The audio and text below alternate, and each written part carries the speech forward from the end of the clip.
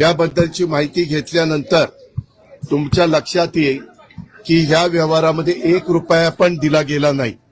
तरी मोठे मोठे आकडे सांगितले, मोठ्या मोठ्या गोष्टी सांगितल्या गेल्या आणि विरोधकांनी पण आम्हाला वेगवेगळ्या पद्धतीनं टार्गेट करण्याचा प्रयत्न केला। साहजिकच विरोधक त्याचा बदनाम म्हणजे आम्हाला टार्गेट करण्याचा प्रयत्न करणार, तो त्यांचा अधिकार आहे, त्या खोलात मला जायचं नाही।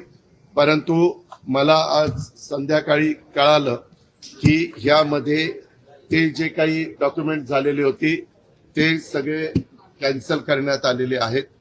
जो काही व्यवहार झालेला होता तो कॅन्सल करण्यात आलेला आहे।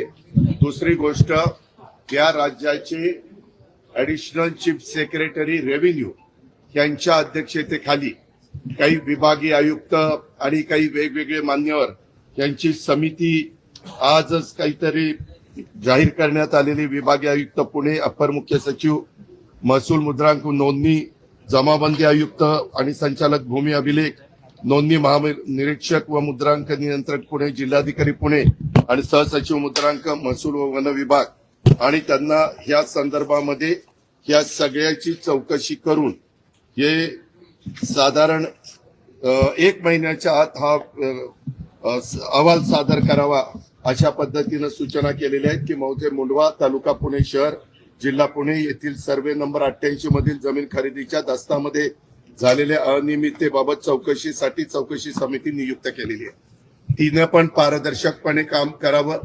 साहजिकच आहे, राज्यातल्या प्रमुखांनी सांगितल्यावर त्यांचं कामच आहे आणि हे अधिकारी जर तुम्ही बघितले तर विकास खारगे यांचं गेले अनेक वर्षाचं काम एक स्वच्छ अधिकारी म्हणून त्यांची प्रशासनामध्ये प्रतिमा आहे आणि बाकीच्याही अधिकाऱ्यांची तशाच प्रकारची प्रतिमा आहे।